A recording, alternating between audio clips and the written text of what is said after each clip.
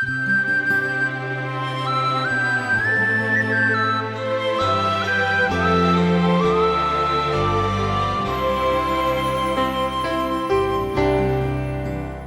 శ్రోతలారా, వింటున్నారా? శారా జీవించిన కాలం అనగా శారా బ్రతికిన ఏండ్లు 127. శారా కనాను దేశమందలి కిర్యతర్బాలో మృతి చెందింది. అప్పుడు అబ్రహాము శారా నిమిత్తము సంతాపము చెంది ఆమెను గూర్చి దుఃఖించడానికి వచ్చాడు. గమనించండి, శారా వయస్సు 127 ఏండ్లు అని చెప్పబడింది. ఇస్సాకు పుట్టినప్పుడు ఆమె వయస్సు 90 ఏండ్లు. ఆమె చనిపోయేటప్పటికి ఇస్సాకుకు 37 ఏండ్ల వయస్సు. అనగా ఇస్సాకు బలి తరువాత కొన్ని ఏండ్లు గడిచాయి. శారా కిర్యతర్బాలో చనిపోయింది. అనగా ఆ స్థలం పేరు హెబ్రోను. దేవుడు అబ్రహాముకు ఇచ్చిన స్థలమైనప్పటికీ అతడు తన భార్యను పాతిపెట్టడానికి స్థలం కొనుక్కోవలసి వచ్చింది. అదే స్థలంలో శారాను పాతిపెట్టాలని అబ్రహాము కోరిక. అబ్రహాము మృతి చెందిన తన భార్య ఎదుటి నుండి లేచి హేతు కుమారులను చూచి వారిని అడిగాడు, మీ మధ్య నేను ఒక ప్రవాసిని, నా భార్యను పాతిపెట్టాలి. ఈమెను నా కన్నుల ఎదుట ఎంతసేపని ఉంచేది? నాకు మీ తావున కొంత సమాధి స్థలం ఇవ్వండి, కొనుక్కుంటాను. అబ్రహాం అంటున్నాడు, నేను ఒక ప్రవాసిని, పరాయివాణ్ణి. అయితే అబ్రహాముకు అది వాగ్దత్త భూమి. అదంతా స్వాస్థ్యంగా దేవుడు అతనికే ఇస్తానన్నాడు. హేతు కుమారులు అన్నారు, అయ్యా, మా మాట వినండి. మీరు మా మధ్య మహారాజులు. సమాధి స్థలంలో అతి శ్రేష్టమైన దాని యందు మృతి చెందిన నీ భార్యను పాతిపెట్టుకో. చనిపోయిన నీ భార్యను పాతిపెట్టడానికి మాలో ఎవరైనా సమాధి స్థలం ఇవ్వనొల్లని వాడు అంటూ ఉండడు.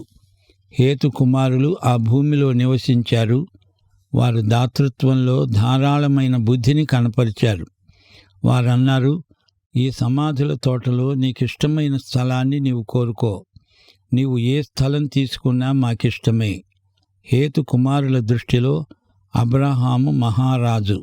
వారి మధ్య అబ్రహాముకు మంచి పలుకుబడి, పరపతి ఉన్నాయి. అప్పుడు అబ్రహాము లేచి ఆ దేశ ప్రజలైన హేతు కుమారుల ఎదుట సాగిలపడి వారితో అన్నాడు, మృతి చెందిన నా భార్యను పాతిపెట్టడం మీకిష్టమైతే నా మాట వినండి. సోహరు కుమారుడైన ఎఫ్రోను తన పొలము చివర తనకు ఉన్న మక్పేలా గుహను నాకు ఇచ్చేటట్లు నా పక్షముగా అతనితో మనవి చేయండి. మీ మధ్య సమాధి స్థలంగా ఉండడానికి పూర్తి వెలకు అతడు దానిని నాకు స్వాస్థ్యముగా ఇవ్వాలి. మక్పేలా గుహ కావాలని అబ్రహాము కోరుతున్నాడు. దానిని కొనాలని అబ్రహాము కోరిక. దేవుడు తనకు ఆ భూమిని స్వాధీనం చేసే వరకు అబ్రహాము దానిని కొనుక్కోక తప్పదు. అది సరే, అబ్రహాము శారాను అదే స్థలంలో పాతిపెట్టాలని ఎందుకు కోరుకున్నాడు? మరో చోటికి ఆమె శరీరాన్ని ఎందుకు తీసుకువెళ్ళలేదు? ఎందుకనగా అది వాగ్దత్త భూమి. వారి భవిష్యత్తు ఆ స్థలానికి ముడిపెట్టబడి ఉన్నది. దేవునికి 2 ఉద్దేశ్యాలు సమానాంతరంగా ఉన్నాయి. ఇహలోక ఉద్దేశ్యం, పరలోక ఉద్దేశ్యం. ఇహలోకం కూడా దేవుని దృష్టిలో కొంతవరకు ప్రధాన పాత్ర వహిస్తుంది. ఇహలోకంలో పాతిపెట్టబడిన దేవుని ప్రజలు వాగ్దత్త భూమిలోనే సమాధి అవ్వాలి. అక్కడే దేవుడు వారిని లేపుతాడు అని యూదుల నమ్మకం. మేడగదిలో యేసు ప్రభు తన శిష్యులతో మాట్లాడుతూ అన్నాడు, యోహాను శుభవార్త 14వ అధ్యాయం 1 నుండి 3వ వచనం వరకు, మీ హృదయాన్ని కలవరపడనీయకండి. దేవుని యందు విశ్వాసముంచుతున్నారు గదా, నా యందు విశ్వాసముంచండి. నా తండ్రి ఇంట అనేక నివాసములున్నాయి. లేని ఎడల మీతో చెప్పేవాణ్ణి. మీకు స్థలము సిద్ధపరచడానికి వెళుతున్నాను. నేను వెళ్ళి మీకు స్థలం సిద్ధపరిస్తే నేనుండే స్థలంలో మీరు ఉండేలాగు మరల వచ్చి నా వద్ద ఉండడానికి మిమ్మల్ని తీసుకొని పోతాను. యేసు ప్రభువు అక్కడ నూతన యెరూషలేమును సిద్ధపరుస్తున్నాడు. అక్కడికి సంఘం ఎత్తబడి అక్కడే ఉండిపోతుంది. నూతన యెరూషలేము సంఘం మొత్తానికి శాశ్వత నివాస స్థానమైపోతుంది. అబ్రహాముకు దేవుడు ఇహలోకమందు స్థలాన్ని వాగ్దానం చేశాడు. అబ్రహాము దేవుని యందు విశ్వాసం ఉంచాడు. అందుకే శారాను అదే భూమిలో పాతిపెట్టాలని ఎంతగానో అతడు కోరాడు. తాను కూడా అక్కడే సమాధి చేయబడాలని అబ్రహాము అభీష్టం. హెబ్రోనులో అబ్రహాము సమాధి స్థలం యెరూషలేముకు సుమారు 30 కిలోమీటర్ల దూరాన ఉంది. అక్కడే అబ్రహాము, శారా, ఇస్సాకు, రెబెకా, యాకోబు, లేయా మొదలైన వారు పాతిపెట్టబడ్డారు. రాహేలు మాత్రం బెత్లెహేములో పాతిపెట్టబడింది. యూదులకు గట్టి నమ్మకం ఉంది. వాగ్దత్త భూమిలో పాతిపెట్టబడిన వారికే పునరుత్థానం. ఇది ఐహికమైన నిరీక్షణ.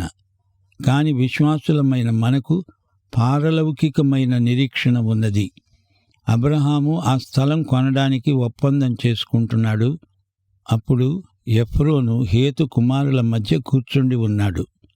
హేతీయుడైన ఎఫ్రోను తన ఊరి ముఖద్వారము గుండా ప్రవేశించే వారందరి ఎదుట హేతు కుమారులకు వినపడేటట్లు అబ్రహాముకు చెప్పిన ప్రత్యుత్తరం ఏమంటే, అయ్యా, అలా కాదు, నా మనవి ఆలకించండి. ఆ పొలము నీకిస్తున్నాను, దానిలోని గుహను కూడా నీకే ఇస్తున్నాను. ఈ ప్రజల ఎదుట అది నీకిచ్చేస్తున్నాను. అప్పుడు అబ్రహాము ఆ దేశ ప్రజల ఎదుట సాగిలపడ్డాడు. గమనించండి, ఎఫ్రోను ఎంతో దాతృత్వాన్ని కనపరుస్తున్నాడు. వీరు గుహానివాసులు, ఆటవిక జీవితానికి అలవాటు పడినవారు, ఎంతో మన్నన మర్యాద గలవారు. వారి ఎదుట అబ్రహాము సాష్టాంగపడుతున్నాడు. వారికి ఎంతో మర్యాద చూపుతున్నాడు. అబ్రహాం అన్నాడు, సరే కాని నా మనవి ఆలకించు. ఆ పొలానికి వెల ఇస్తాను. మీరు ఆ వెల నా దగ్గర నుండి తీసుకోవాలి. అప్పుడు మృతి పొందిన నా భార్యను అక్కడ పాతి పెడతాను. అందుకు ఎఫ్రోను అబ్రహాముతో అన్నాడు, అయ్యా, నా మాట విను. ఆ భూమి 400 తులాల వెండి విలువ గలది. నాకు నీకు అది ఎంత? మృతి పొందిన నీ భార్యను పాతిపెట్టుకో. ఎఫ్రోను మాట అబ్రహాము విన్నాడు. హేతు కుమారులకు వినపడేటట్లు ఎఫ్రోను చెప్పిన వెల, అనగా 400 తులాల వెండి, అబ్రహాము తూచి అది అతనికిచ్చాడు. అనగా అబ్రహాము మక్పేలా గుహాస్థలమును వెల చెల్లించి కొన్నాడు. మమ్రే ఎదుటనున్న మక్పేలా యందలి ఎఫ్రోను పొలము, అనగా ఆ పొలము, దాని యందలి గుహ, దాని పొలిమేర అంతటిలో ఉన్న ఆ పొలం చెట్లు, అతని ఊరి ముఖద్వారమున ప్రవేశించే వారందరితో హేతు కుమారుల ఎదుట అబ్రహాముకు సాక్ష్యముగా స్థిరపరచబడింది. ఆ తరువాత అబ్రహాము కనాను దేశంలో హెబ్రోను అనే మమ్రే ఎదుట ఉన్న మక్పేలా పొలం గుహలో తన భార్య అయిన శారాను పాతిపెట్టాడు. ఆ పొలము, దానిలో ఉన్న గుహ హేతు కుమారుల వల్ల సమాధుల కోసం అబ్రహాముకు స్వాస్థ్యంగా స్థిరపరచబడింది. గమనించాలి, సరిగ్గా ఇదే స్థలంలో ఇప్పుడు ఒక మసీదు ఉన్నది. అది ఈ ప్రపంచంలో అతి ప్రసిద్ధమైన మసీదు. అరబ్బులకు కూడా ఇది ప్రాముఖ్యమైన స్థలం. వారు కూడా అబ్రహాము పేరునే చెప్పుకుంటారు. అబ్రహాము జీవించిన రోజుల్లో ఎవరైనా వ్యక్తి మరణిస్తే సమాధి కార్యక్రమం ఎంతో సాంప్రదాయబద్ధమై ఉండేది.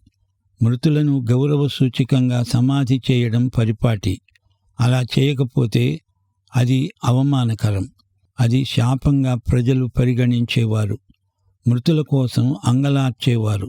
స్నేహితులు, బంధువులు వచ్చి ఒక పెట్టున ఏడ్చేవారు. చుట్టుప్రక్కల వారికి ఇది బాగా వినపడాలి. ఆ రోజుల్లో ప్రత్యేకమైన సమాధి కార్యక్రమాలను ఇరుగు పొరుగు వారే నిర్వహించేవారు. శవాన్ని ఎక్కువసేపు అట్టే పెట్టరు. ఉష్ణోగ్రత ఎక్కువ అయి ఉండడం మూలాన శవాన్ని అదే రోజు సమాధి చేయాలి. తన భార్య శారా చనిపోయినప్పుడు అబ్రహాము సమాధి స్థలం కోసం ఎంతో ప్రయత్నం చేశాడు. ఎందరో అతనికి సహాయం చేశారు. అతన్ని మహారాజు అని చెప్పి గౌరవించారు. అతడు దైవజనుడని అందరూ ఎరుగుదురు. అబ్రహాము ఆధ్యాత్మిక వ్యక్తిత్వం చుట్టుప్రక్కల ప్రజల మీద ఎంతో ప్రభావం చూపెట్టింది. అబ్రహాము ఎఫ్రోను స్థలం విషయమై మాట్లాడుకుంటున్నప్పుడు ఒకరి పట్ల ఒకరు ఎంతో మర్యాద చూపించుకున్నారు. ఎఫ్రోను స్థలం ఉచితంగా ఇస్తానన్నాడు. అబ్రహాము కాదు కూడదు, డబ్బిచ్చి కొంటానన్నాడు. ఎఫ్రోను ఏదో కొంత వెల నిర్ణయించాడు. అయినా అతనికి ఎంతో ఉదార బుద్ధి ఉందని మనం గ్రహించాలి. అబ్రహాము 400 తులాల వెండి చెల్లించాడు. చివరికి బేరం కుదిరింది. అబ్రహాము డబ్బిచ్చి కొనటంలో అతని వ్యవహార దక్షత మనకు బోధపడుతుంది. ఈ రోజు వరకు కూడా బేరసారాలు ఈ విధంగానే ఆ ప్రాంతాలలో జరుగుతూ ఉంటాయి. మర్యాదకు ఊరికే ఇస్తామంటారు, కానీ అలా ఊరికే తీసుకోకూడదు. అది అబ్రహాముకు తెలుసు. 400 తులాల వెండి అంటే ఎక్కువ ఖరీదే. ఆ ప్రాంతంలో హిత్తీయులున్నారు. అబ్రహాము దేవుడు తనకిచ్చిన భూమి అయినప్పటికీ వివాదం పెట్టుకోకుండా, మాట్లాడకుండా, వ్యాజ్యమాడకుండా వెల ఇచ్చి కొన్నాడు. ఆ రోజుల్లో ఇన్ని తులాల వెండి అని తూచి ఇచ్చేవారు. అబ్రహాముకు ఆస్తి తగాదాలు బొత్తిగా ఇష్టం లేదు. అందుకే డబ్బు పోయినా సమాధానాన్ని అబ్రహాము కోరుకున్నాడు. శారా మక్పేలా గుహలో పాతిపెట్టబడింది. హెబ్రోను ప్రాంతం బైబిలులో ప్రసిద్ధి చెందింది. ఇప్పుడు మనం 24వ అధ్యాయంలోకి వస్తున్నాం. ఈ అధ్యాయంలో ఆదికాండంలో 2వ భాగం మొదలవుతుంది. 26వ అధ్యాయం వరకు ఇస్సాకు ఉదంతం మనం వినబోతున్నాము. ఈ అధ్యాయంలో ఇస్సాకు వివాహం, గత అధ్యాయంలో ఇస్సాకు పుట్టుక, అతని బలి వృత్తాంతం, శారా మరణం, వీటిని గురించి విన్నాము. ఇస్సాకుకు పెండ్లి కుమార్తె కావాల్సి వచ్చింది. అబ్రాహాము తన సేవకుణ్ణి హారాను ప్రాంతాలకు పంపుతాడు. అతడు వెళ్ళి మెసొపొటేమియాలో హారానులో రెబ్కా అనే పెండ్లి కుమార్తెను తీసుకొని ఇస్సాకు వద్దకు ప్రయాణమై వస్తాడు. ఇది ఒక విచిత్రమైన ప్రేమగాథ. వివాహం అనేది దేవుడు నిర్ణయించిన వ్యవస్థ. కుటుంబం ఏ సమాజంలోనైనా చాలా ప్రాముఖ్యమైన భాగం.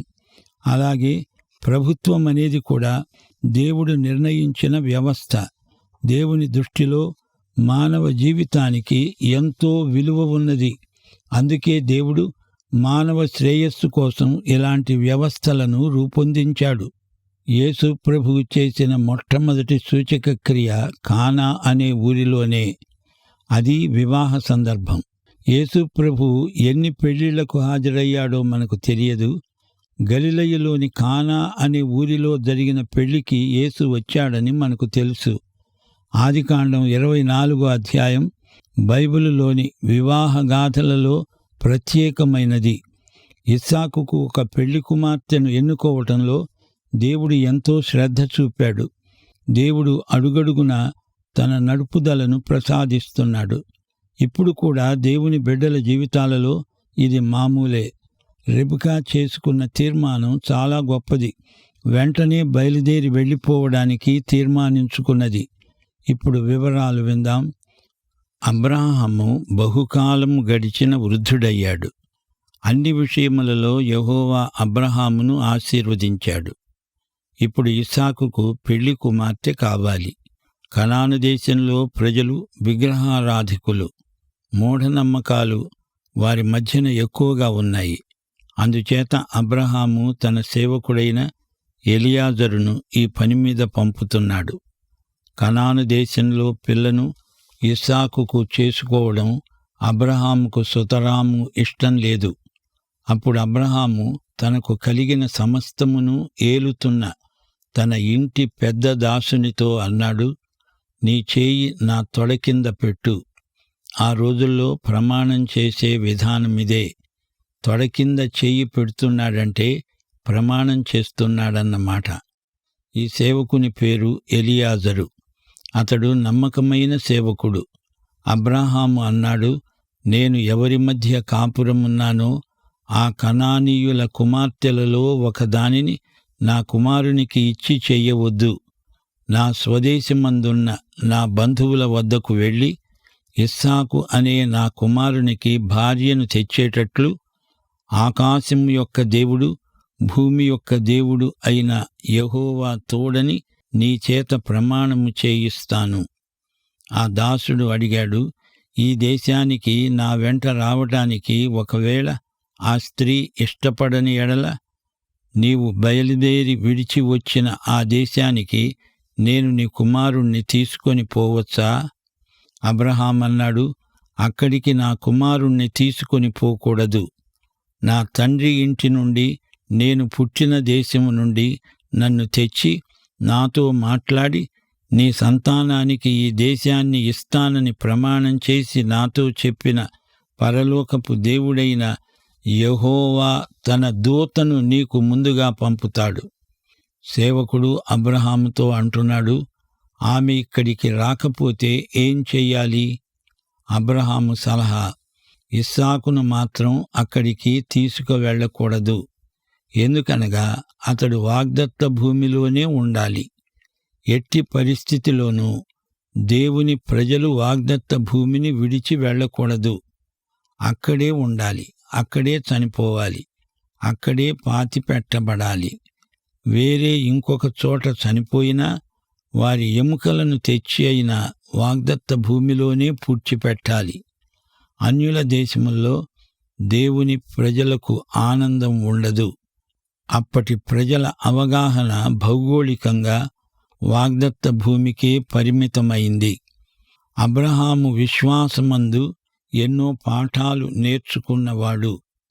ఎలియాజరుతో చెబుతున్నాడు అబ్రహాము, దేవుడు నిన్ను నడిపిస్తాడు. ఇది దేవుని వాగ్దానం. దేవుడు చెప్పిన మాట మీద ఆధారపడి అబ్రహాము నడుస్తాడు. ఊరికే మానసికంగా నమ్మటం కాదు, ఆయన మాట చొప్పున నడవాలి. అబ్రహాముకు దేవునికి మధ్య ఉన్న నిబంధన శాశ్వతమైనది.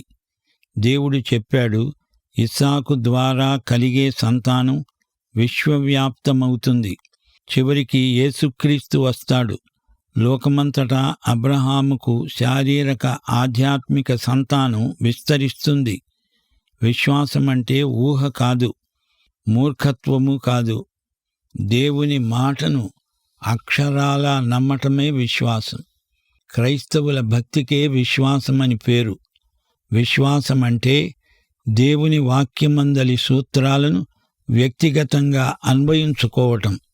విశ్వాసం ప్రయోగాత్మకమైన జీవిత విధానం. దేవుణ్ణి, దేవుని మాటను సరిగా గ్రహించి సందర్భోచితంగా జీవించటం, అదే విశ్వాసం. 8వ వచనం, నీ వెంట రావటానికి ఆ స్త్రీ ఇష్టపడకపోతే ఈ ప్రమాణము నుండి నీవు విడుదల పొందుతావు. కాని నా కుమారుణ్ణి మాత్రం అక్కడికి తీసుకొని పోకూడదు. ఎలియాజరు చేత ఈ విషయమై అబ్రహాము ప్రమాణము చేయించాడు.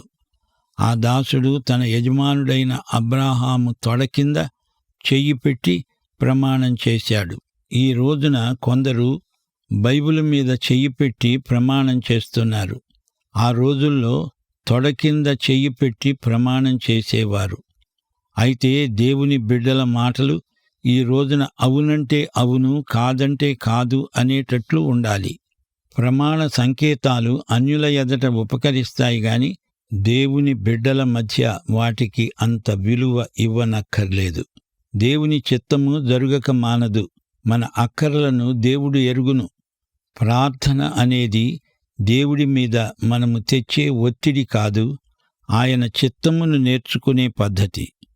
అబ్రహాము అవగాహన ఎంత అర్థవంతమైనదో చూడండి. ఆ స్త్రీ రాకపోతే దేవుడు మరి ఒక స్త్రీని చూపుతాడు.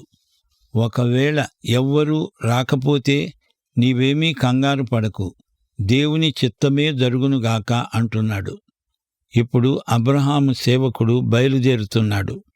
తన యజమానుని ఒంటెలలో 10 ఒంటెలను, తన యజమానుని ఆస్తిలో శ్రేష్టమైన నానావిధములైన వస్తువులను తీసుకొని పోయాడు. అతడు లేచి అరామ్నహారాయిము అనగా మెసపొటేమియాలో ఉన్న నాహోరు పట్టణము చేరాడు. సాయంకాలమందు స్త్రీలు నీళ్లు చేదుకోవడానికి వచ్చే వేళకు ఆ ఊరి బయట ఉన్న నీళ్ల బావి వద్ద తన ఒంటెలను మోకరింపచేసి ప్రార్థించాడు. 10 ఒంటెలను అతడు తీసుకువెళ్ళాడు. అంటే ఆ 10 ఒంటెలతో పాటు 10 మంది సేవకులు కూడా అతనితో వెళ్ళారు. ఎలియాజరు అబ్రహాముకు నమ్మకమైన సేవకుడు. అబ్రహాము ఆస్తి అంతా అతడే నిర్వహిస్తాడు. గృహ నిర్వాహకుడు. స్త్రీలు వచ్చి బావి దగ్గర నీళ్లు చేదుతారు, ఒంటెలకు నీళ్లు పెడతారు, ఇంటి పనులన్నీ చేస్తారు. పురుషులు బయటికి వెడతారు, ప్రయాణాలు చేస్తారు. ప్రతి పురుషుడు కష్టపడి పనిచేస్తాడు. స్త్రీ ఇంటిలో ఉండి కష్టించి పనిచేస్తుంది. ఆ రోజుల్లో దేవుని ప్రజలు ఎవ్వరూ సోమరులు కారు. స్త్రీలే బావి దగ్గరకు వెళ్ళాలి, పురుషులు వెళ్ళరు. అది వారి జీవిత విధానం. ఎలియాజరు ఆ బావి దగ్గరికి వచ్చాడు. అతడు పరాయివాడు. అక్కడివారు తమ ఒంటెలకు ముందు నీళ్లు పెట్టుకున్న తరువాత అతడు తన పని చూసుకోవాలి. అది వారి మర్యాద. ఎలియాజరు దేవునిపై ఆధారపడి ఉన్నాడు. దేవుడు నడిపించినట్లే అతడు ప్రతి అడుగు వేస్తున్నాడు. అతడిప్పుడు ప్రార్థన చేస్తున్నాడు. నా యజమానుడైన అబ్రహాము దేవుడవైన యెహోవా, నేను వచ్చిన పనిని త్వరలో సఫలము చేసి నా యజమానుడైన అబ్రహాము మీద అనుగ్రహము చూపు, చిత్తగించు. నేను ఈ నీళ్ల ఊట యొద్ద నిలిచి ఉన్నాను. అరుగో, ఈ ఊరి పిల్లలు నీళ్లు చేదుకోవడానికి వస్తున్నారు. తాగడానికి నీళ్లు పొయ్యమని కడవను వంచి నీళ్లు పోసి నా దాహము తీర్చమని నేను ఏ చిన్నదానిని అడుగుతానో ఆ చిన్నది, అయ్యా నీవు త్రాగు, నీ ఒంటెలకు నీళ్లు పెడతాను అని చెప్పాలి. ఆమె నీ సేవకుడైన ఇస్సాకునకు నీవు నియమించిన వధువు. ఇదే దానికి గుర్తు. దీన్ని బట్టి నీవు నా యజమానుని మీద అనుగ్రహము చూపావని తెలుసుకుంటాను. ఇది ఎలియాజరు ప్రార్థన. ఇందరు పిల్లల్లో ఏ పిల్లను దేవుడు ఏర్పరచుకున్నాడో ఎలా తెలుస్తుంది? అదంతా నాకు తెలియదు. అంతమంది పిల్లల్లో ఎవరినో ఒకరిని పలకరిస్తాను. ఆ పిల్లే నీవు ఏర్పరచుకున్నది అయి ఉండాలి.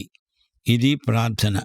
సోదరీ సోదరులారా, ఈ లోకంలో అనేకములైన వస్తువులు, వ్యక్తులు ఉన్నప్పుడు అందులో ఏది దైవ నిర్ణయమో తెలుసుకోవాలంటే మన తెలివితేటలు, మన జ్ఞానం పనిచెయ్యవు. దేవుడు నడిపించాల్సిందే. ఎక్కువ ప్రార్థిస్తే దైవ నిర్ణయం, నీ నిర్ణయం ఒకటే అవుతాయి. పెళ్లి సంబంధాలు చూచుకునేవారు ఎలియాజరు ప్రార్థన నేర్చుకోండి. పరలోకమందు దేవుని చిత్తమేదో అదే మన నిర్ణయమై ఉండాలి. ప్రార్థన పరులకే అది సాధ్యం. ఇదేమీ మర్మము కాదు. విశ్వాసులకు ఇది మామూలు అనుభవం. ఎలియాజరు చూస్తున్నాడు. ఎందరో అమ్మాయిలు తన ముందుగా నడిచి వెడుతున్నారు. అంతమందిలో అతని దృష్టి రెబెకా మీద పడింది. వెంటనే పరలోకమందు దేవుని చిత్తం ఆమేన్ అన్నది. అంతే. దేవుడు రెబెకానే నిర్ణయించాడు. ఆ రెబెకానే ఎలియాజరు పలకరించాడు. యేసు ప్రభువు మాదిరి ప్రార్థన శిష్యులకు ఉపదేశించాడు. అందులో ఆయన ఏం చెప్పాడు? పరలోకమందు ఎలాగో అలాగే భూమి మీద నీ చిత్తము నెరవేరునుగాక. నా ప్రియ సోదరీ సోదరులారా, మీరు వేటి కోసం వెతుకుతున్నారు? పెళ్లి సంబంధాలా? ఆరోగ్యమా? ఇల్లా? మంచి స్నేహితులా? ఆస్తిపాస్తులా? అది పరలోకంలో దేవుని చిత్తమై ఉండాలి. అదే నీ నిర్ణయమై ఉండాలి. పరలోకంలో ఏది విడుదల చేస్తాడో దేవుడు, అదే మనం ఇక్కడ విడుదల చేస్తాము. పరలోకంలో ఏది బంధించబడి ఉంటుందో అది ఇక్కడ మనము బంధిస్తాము. అంతేగాని మనము కాదు.